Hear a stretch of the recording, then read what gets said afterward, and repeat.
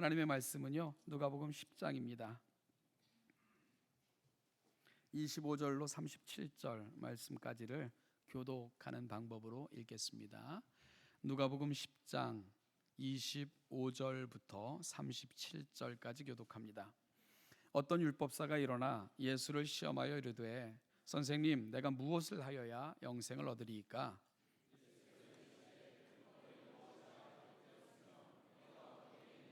대답하여 이르되, 내 마음을 다하며 목숨을 다하며 힘을 다하며 뜻을 다하여 주 너의 하나님을 사랑하고 또한 내 이웃을 내 자신같이 사랑하라 하였나이다.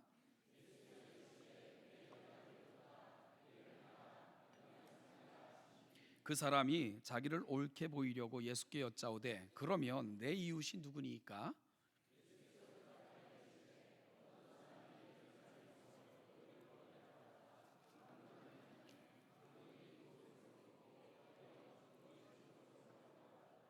마침 한 제사장이 그 길로 내려가다가 그를 보고 피하여 지나가고,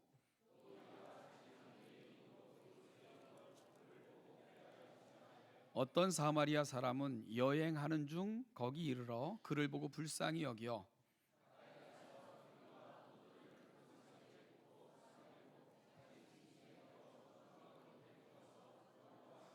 그 이튿날 그가 주막 주인에게 데나리온 2를 내어주며 이르되, 이 사람을 돌보아 주라. 비용이 더 들면 내가 돌아올 때에 갚으리라 하였으니,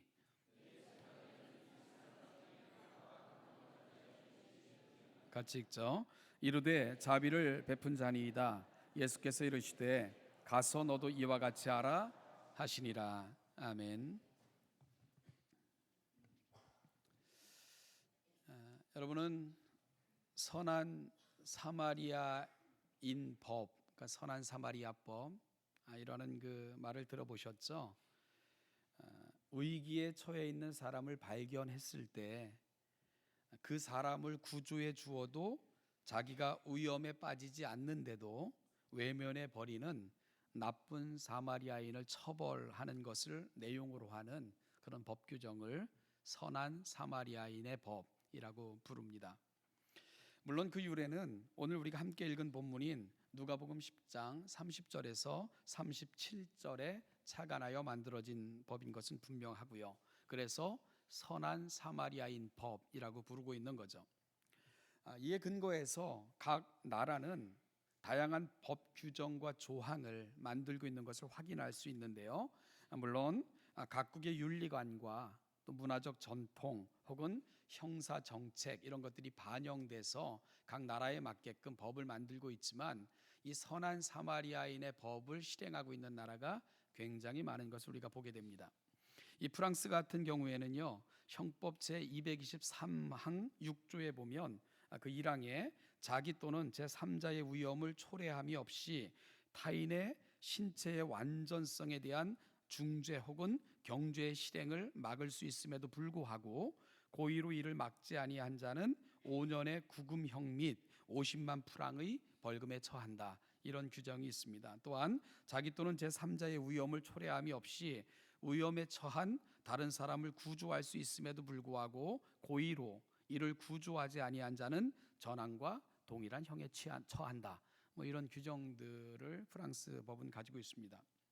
이 독일 역시도요, 형법 제323조 시항에 보면 사고, 공공위험 또는 긴급 상황 발생 시 필요하고 재반 사항에 비추어 기대 가능한 구조, 특히 자신에 대한 현저한 위험 및 기타 중요한 의무에 위반 없이도 가능한 구조를 제공하지 아니한 자는 1년 이하의 자유형 또는 벌금형에 처한다, 이런 규정들을 가지고 있습니다. 이런 것들을 선한 사마리아인의 법이라 그렇게 부르고 있는 거죠. 이외에도요, 많은 그 나라들이 이러한 법 규정들을 가지고 있는 것을 보는데, 이게 선한 사마리아인의 법에 대해서 저도 관심을 갖고 이렇게 많이 살펴본 적이 있었는데요. 쭉 그 여러 가지 그 항목들을 읽다 보니까 이 북한의 그 형법에도 이와 같은 항목들이 들어있더라고요. 그래서 위험 불고지 행위와 구조 거비 행위 관련 조항을 사회주의적 공동질서를 침해하는 범죄로 규정한다, 이렇게 이야기하면서 이 인민의 공동 어떤 그 공공의 이익을 위한 것들을 시행하지 않을 경우에는 사회주의적 공동 질서를 침해하는 범죄라 이렇게 규정하고 있는 것을 볼 수 있는데, 물론 그 한국을 비롯한 그 많은 국가들은 애타주의와 인도주의를 그 인도주의의 의무를 법으로 규정할 수는 없다 해가지고 이런 법들이 들어있지는 않죠.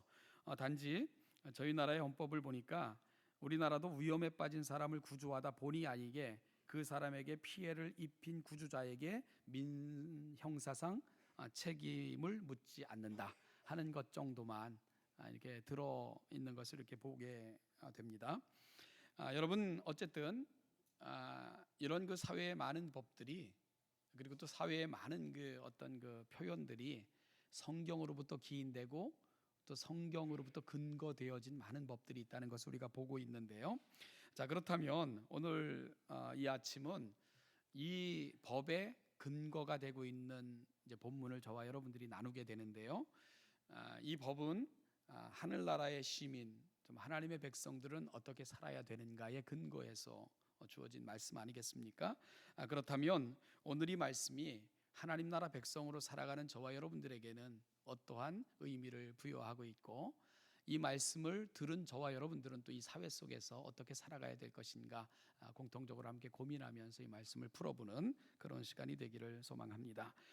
우선 오늘 본문이 주어지게 된 배경을 잠깐 좀 살펴보게 되면요, 오늘 본문은 어떤 그 율법 교사의 질문으로부터 시작이 됩니다.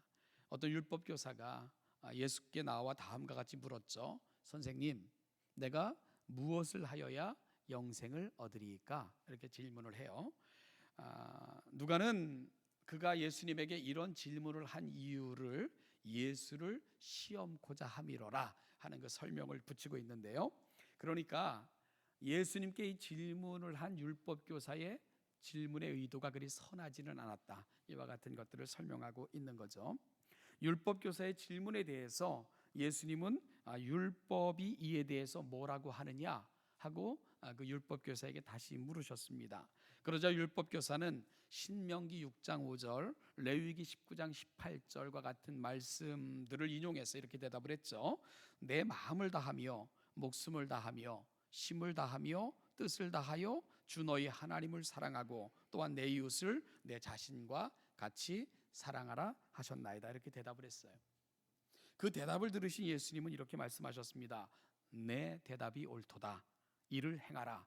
그러면 살리라. 이렇게 말씀을 하셨어요. 그러자 율법 교사는 예수님에게 또다시 이런 질문을 했어요. 선생님, 그럼 내 이웃이 누굽니까? 율법의 규정을 보면 하나님을 사랑하듯 이웃을 사랑하라고 했는데, 그러면 내가 사랑해야 될 내 이웃의 범위에 대해서 율법 교사가 예수님께 물은 거죠.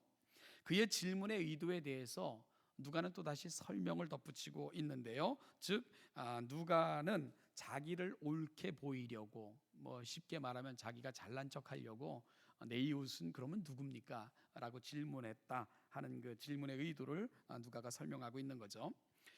여러분, 유대인들에게 있어 특별히 그 본문에 등장하는 율법 교사들과 같은 정통 유대인들에게 있어서 이웃은 누구냐? 그들은 이웃을 규정해 놨거든요. 하나님을 섬기며, 그리고 또한 우리 동족 선택받은 유대인들, 그들이 이웃이다.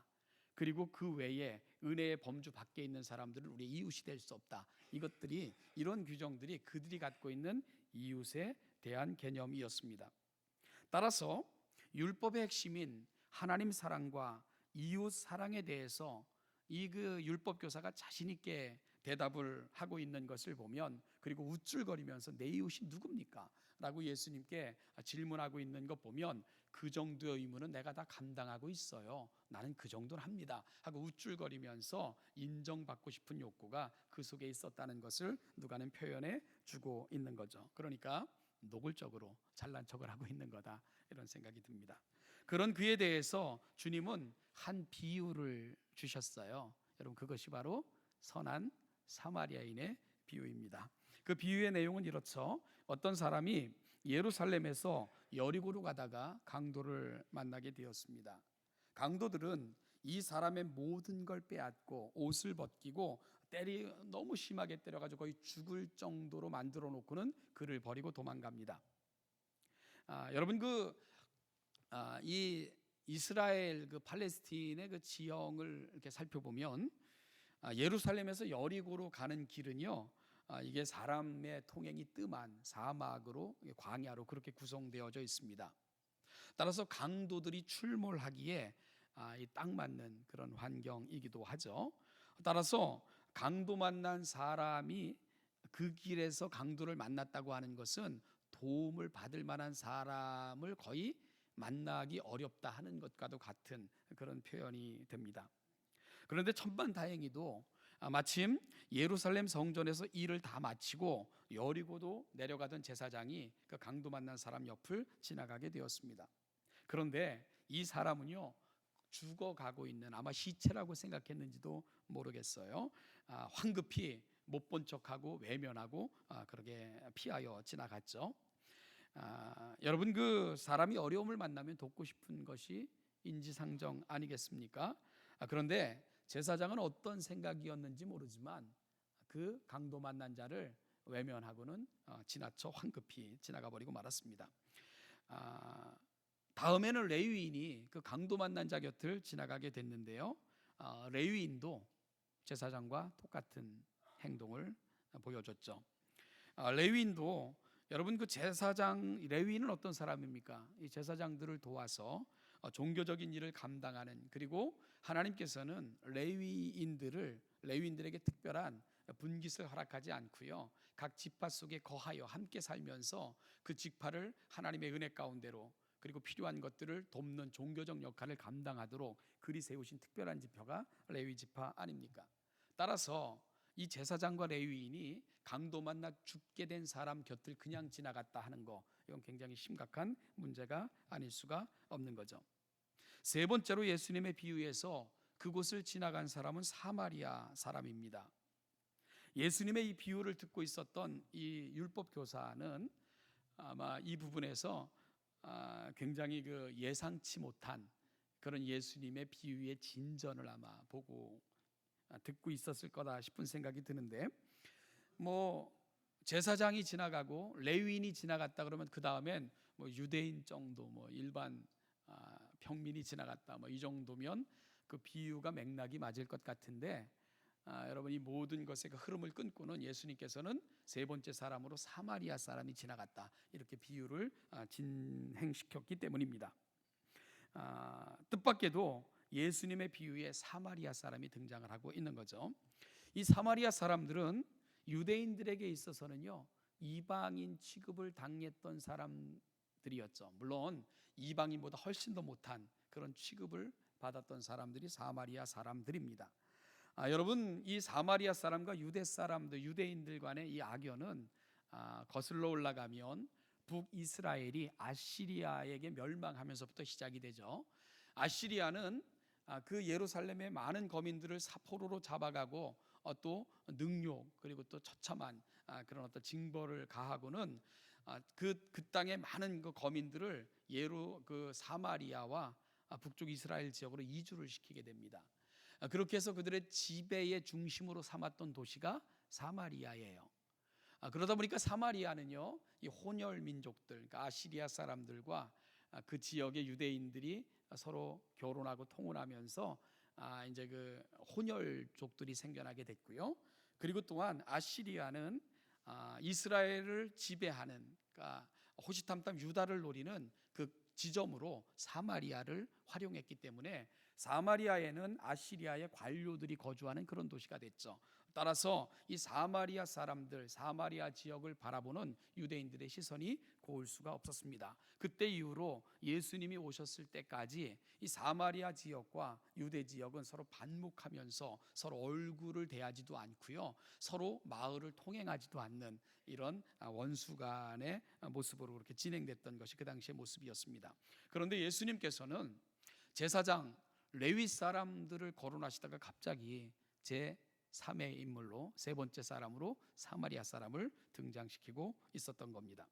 그런데 예수님의 비유를 볼 것 같으면 예수님은 제사장과 레위인들에 대해서 말씀하실 때는 아주 짧게 한마디로 끝내셨어요. 보고 지나갔더라, 이렇게 언급을 하셨는데, 사마리아 사람에 대해서 말씀하실 때는 아주 상세한 설명을 해주고 계신 것을 보게 됩니다.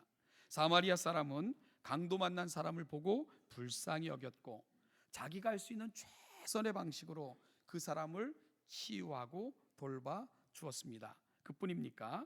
그는 가까이 가서 기름과 포도주를 그 상처에 붓고는 자기 짐승에 태워 주막으로 데리고 가서 손수 돌봐줍니다. 그렇게 밤을 꼬박 세우면서 그 강도 만난 사람들, 사마리아 사람은 치유했어요. 그리고 자기의 길은 낮이 밤새 치료를 하고는 어느 정도 이 상처 치료가 진전이 있었다고 생각을 했는지 한참 지나 그 다음 날에야 이 사마리아 사람은 자기 길을 가는 이런 모습을 보여줬죠. 그뿐만이 아니죠. 여러분, 주막 주인을 불러서는 부비, 그러니까 돈을 쥐어주면서 이 돈을 가지고 이 환자를 돌보아 달라. 혹시 내가 주는 돈이 부족하거든, 부비가 더 들거든 내가 다시 와서 갚아주겠노라 하는 약속까지 철석같이 하고는 그리고 자기의 길을 갑니다. 이것이 예수님의 비유에 등장하는 세 사람이에요. 제사장, 레위인, 그리고 사마리아 사람. 예수님께서는 이 비유 후에 율법 교사에게 이렇게 질문하셨습니다. 네 생각에는 이 세 사람 중에 누가 강도 만난 자의 이웃이겠느냐? 이렇게 질문하셨습니다. 율법 교사는 예수님께 대답했죠. 자비를 베푼 자니이다. 자존심이 있죠, 그죠? 사마리아 사람이요 그렇게 말 안 해요, 그죠? 자비를 베푼 사람입니다. 마지막 자존심.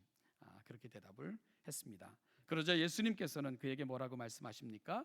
가서 너도 이같이 하라. 이렇게 말씀을 하셨습니다. 여기서 이 비유는 끝이 납니다. 그리고 이 율법 교사와 예수님과의 만남의 이야기도 끝이 납니다. 그런데 이 이야기를 잘 묵상하고 있으면 참 긴 여운이 남는다는 생각을 해요.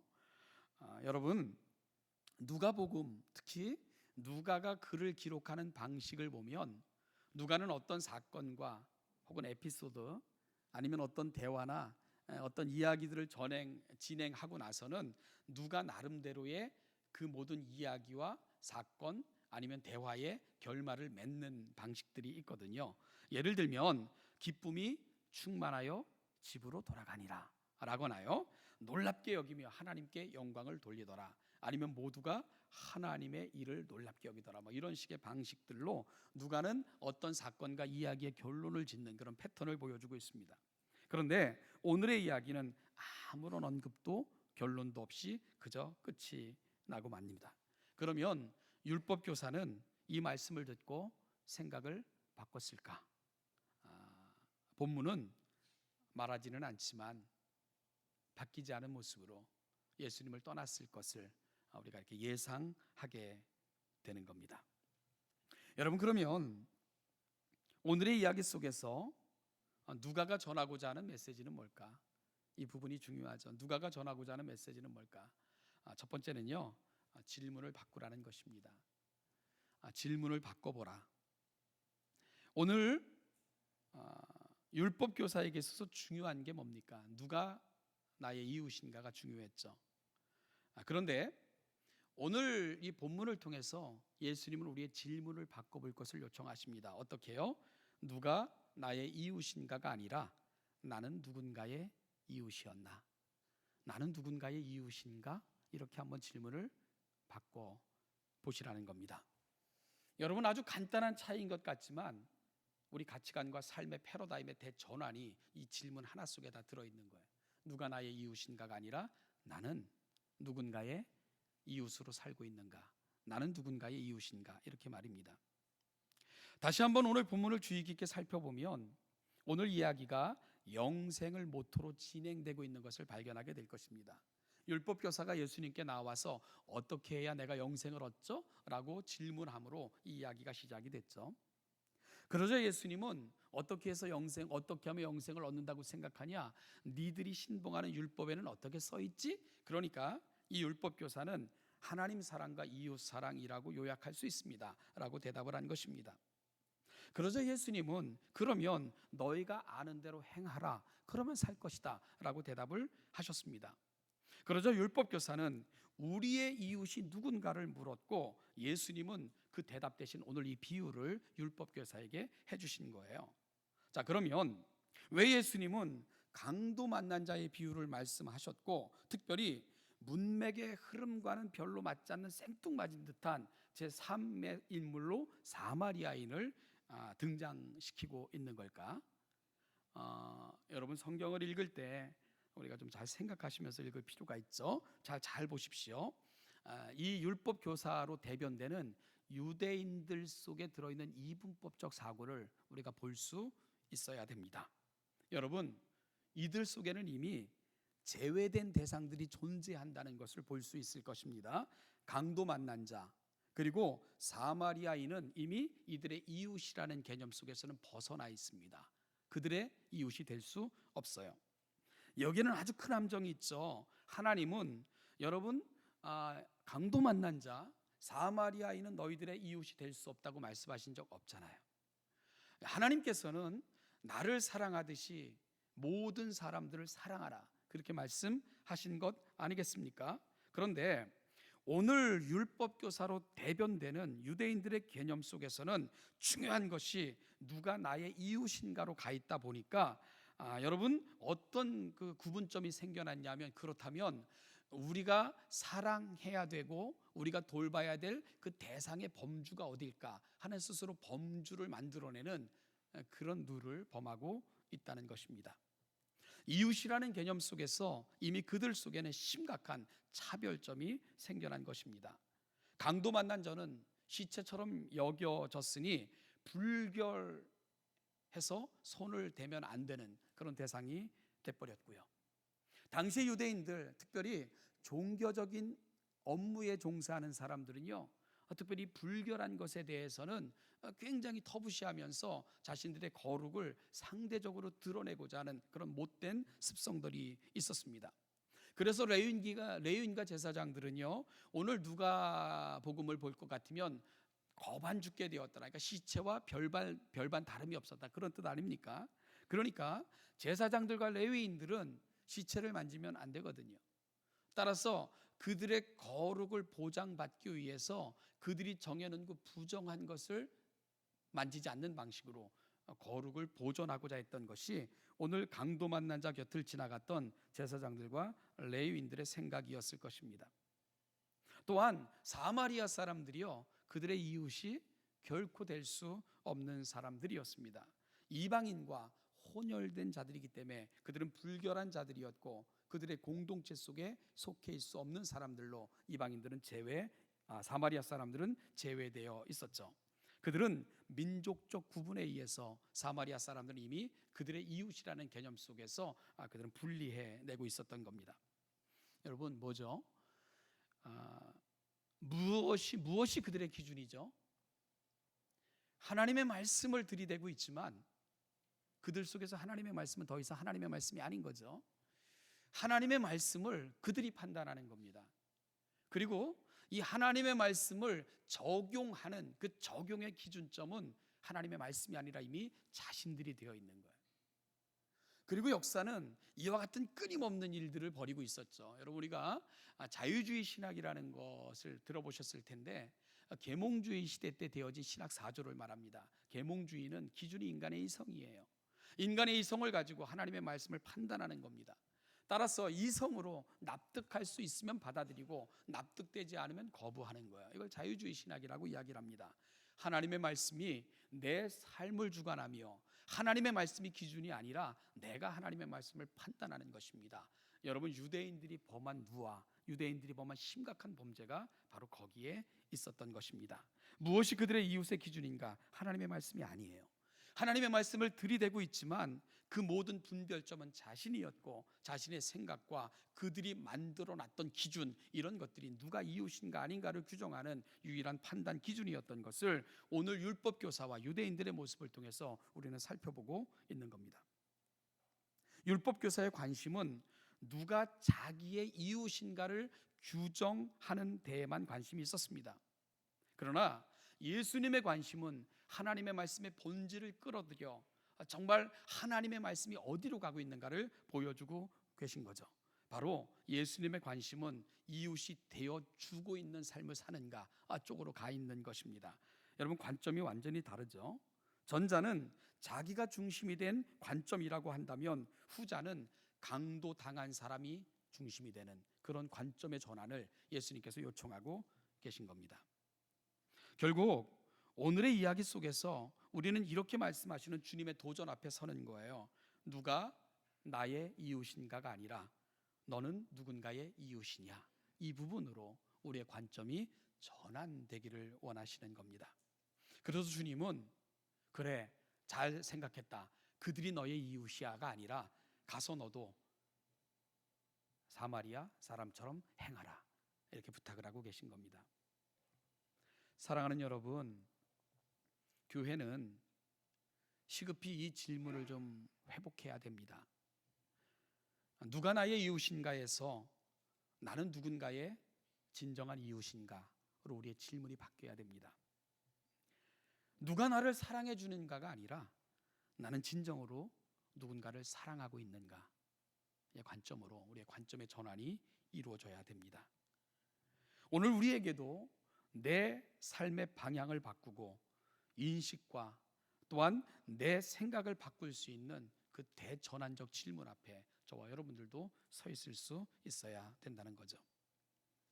두 번째로 오늘 메시지를 통해서 저와 여러분들이 받아야 될 도전은 대상을 바꾸라는 것입니다. 첫 번째는 질문을 바꾸라는 것이라면 두 번째는 대상을 바꾸라는 거예요. 우리는 늘 이 본문을 대하면 마치 승자의 입장에서 본문을 대하기가 쉽습니다. 마치 율법교사의 우쭐함처럼 혹은 우리가 마치 사마리아인처럼 말이죠. 그러나 여러분, 세상에는 선한 사마리아인들보다 훨씬 더 많은 사람들은 사실은 강도 만난 사람들입니다. 수많은 산적한 인생의 문제들 앞에서 힘들어하고 지치고 상하고 이리 당하고 저리 당하고 도저히 일어설 것 같지 않은 그 곤고함에 직면한 사람들, 어찌 보면 강도 만난 사람들의 모습 속에는 힘들고 지쳐 낭망하고 지쳐 쓰러질 듯 위태한 이 시대의 모습, 우리의 모습을 보게 되는 겁니다. 사실 오늘 본문 속에서 우리가 봐야 될 우리의 모습은 선한 사마리아인이 아닙니다. 강도 만난 자의 모습처럼 지치고 힘든 이 세상을 바라봐야 되는 겁니다. 그러면 강도 만난 자의 진정한 이웃은 누구인가? 여러분, 그래서 이 비유에서 결국 선한 사마리아인은 누구인가? 라는 질문 앞에 서게 되는 거죠. 예수 그리스도이십니다. 선한 사마리아인은 예수 그리스도이십니다. 선한 사마리아인이 보여준 모습은 곧 예수 그리스도 자체입니다. 예수님은 죄 많은 이 세상에 오셔서 우리를 위로하시고 우리의 모든 상처를 치유하시고 우리의 죄를 사하시고자 십자가에 못 박혀 죽으셨고 승천하셨을 뿐만 아니라 다시 오시겠다고 약속하시며 성령님을 보내주심으로 여전히 보혜사로 우리 곁에 존재하시는 그분, 여러분, 선한 사마리아인은 바로 예수 그리스도이십니다. 예수 그리스도 안에만 생명이 있는 겁니다. 저는 말씀드리면서 오늘 대화의 모티프가 영생이라고 말씀드렸죠. 비유에 등장하는 강도 만난 자 곁을 지나갔던 제사장과 레위인, 그리고 이 질문을 던지고 있는 율법교사들, 이들은 당시 율법과 유대 종교를 대변했던 사람들입니다. 그런데 여러분, 문제는 이들에게는 세상을 구원할 힘이 없습니다. 오직 정죄하고 판단하고 지나칠 뿐입니다. 그들 속에서는 오직 편가름과 판단과 정죄만 있습니다. 율법이 하는 역할입니다. 구원은 율법에서 나오는 것이 아닙니다. 구원은 오직 어린 양 예수, 하나님의 유일한 구원의 통로로 이 땅에 오신 예수 그리스도, 그분에게서만 우리의 생명과 구원이 나온다는 것을 오늘 본문은 말씀해 주고 있는 겁니다. 그리고 그 은혜로 우리가 구원함을 받은 것입니다. 아무런 소망이 없이 그저 죽을 날만을 기다리고 있었던 강도, 여러분, 그 강도 만난 자와 같았던 우리, 바로 우리의 삶의 자리에 예수 그리스도가 찾아오셔서 우리의 모든 상처를 치유하셨고 오늘 여기까지 인도해 내신 겁니다. 그래서 우리가 살아난 것입니다. 여러분, 오늘 본문 속에서 우리가 바라봐야 될 내 모습은 바로 강도 만난 자의 그 모습인 것을 우리가 보아야 되는 거예요. 그리고 세상을 바라보는 시각은 바로 거기서부터 시작이 돼야 되는 거예요. 여러분, 우리는 승자가 아닙니다. 우리는 고침받은 자들입니다. 우리는 군림하는 자들이 아닙니다. 우리는 은혜 받은 자들입니다. 우리는 세상을 판단할 율법이나 세상을 정죄할 법관들이 아닙니다. 우리는 율법에 의해서 정죄되어 죽었던, 그래서 영원한 사망 선고가 내려졌던 사람들, 바로 저와 여러분들입니다. 우리는 소망이 없던 자들이에요. 그런데 우리 가운데로 걸어 들어오신 하나님, 그 하나님의 사랑, 그 사랑 안에서 오늘 우리는 생명을 소유한 영생과 은혜를 누리는 자들로 오늘 여기에 서 있다는 것입니다. 여러분, 이것이 내 실존이에요. 이것이 내 실존의 근거입니다. 여러분, 이것이 바로 나의 모습이라는 겁니다. 그리고 이것이 세상과 이웃, 그리고 나의 삶을 바라보는 우리의 눈과 관점이 되어야 된다는 겁니다. 내 곁에 죽어가는 사람들, 내 곁에서 힘들어하는 사람들, 내 곁에서 혹시 강도 만난 모습처럼 허덕이며 그렇게 힘겹게 살아가는 또 다른 사람들이 있다면, 나는 우리가 선한 사마리아인이 때문이 아니라 우리는 그로부터 구원을 받은 자인, 그러므로 말미암아 그분으로부터 생명을 받은 자이기 때문에 우리는 마땅한 부분 속에서 우리 같은 사람을 도와야 될 그 사명 속으로 들어가는 자들 뿐이라는 고백, 이 겸허함이 저와 여러분들에게는 필요한 것이죠. 우리가 선한 사마리아인인 것처럼 착각하면 그곳에는 우쭐거림이 있습니다. 그곳에는 굴림이 있어요. 그곳에서는요, 내가 행한 선행을 사진 찍어 세상에 전시해야 될 것 같은 그런 우쭐함만 남아있다는 겁니다. 그러나 내가 은혜 받은 자라는 고백을 안고 우리의 삶의 자리로 돌아가면, 강도 만난 자가 나였는데 내게 찾아오신 그분의 사랑으로 인하여 내가 여기에 있다는 고백을 안고 나아가면 우리 삶의 자리는 감사와 감격의 자리가 되는 겁니다. 그리고 감사와 감격이 넘쳐나는 우리 삶의 일상을 만들어 낼 수 있는 겁니다. 세상은 법에 의해 선한 사마리아인이 되라고 명령을 합니다. 그럼에도요, 주저하고 있는 것이 우리의 모습입니다. 그러나 성경은 말씀하시죠. 거저 받았으니 거저 주어라. 그리고 너희도 강도 만난 자들 아니었느냐. 은혜로 너희가 오늘 이곳을 살고 있다면 가서 은혜를 보여주는 자들이 되거라. 이것이 바로 성경이 저와 여러분들을 향해 요청하는 부분입니다. 사랑하는 신원자담께 성도 여러분, 이 한 주를 여러분들이 맡겨진 삶의 자리로 돌아가실 것입니다. 또 세상은 누가 나의 이웃인가를 부지런히 찾는 질문들을 여러분에게 던져낼 것입니다. 그럴 때 여러분들은 누가 나의 이웃인가가 아니라 나는 저들의 진정한 이웃으로 살아가고 있는가, 나는 저들의 진정한 이웃이었는가, 이 질문을 안고 은혜 받은 자로 예수 그리스도 그분을 보여주시며 세상이 그분을 알아가는 일에 아름답게 사용되시는 우리 신원자담교 성도들 다 되시기를 주님의 이름으로 축복합니다. 기도하겠습니다. 하나님 아버지, 은혜와 사랑을 감사합니다. 오늘 이 아침도 하나님 부탁하신 말씀 앞에 섭니다.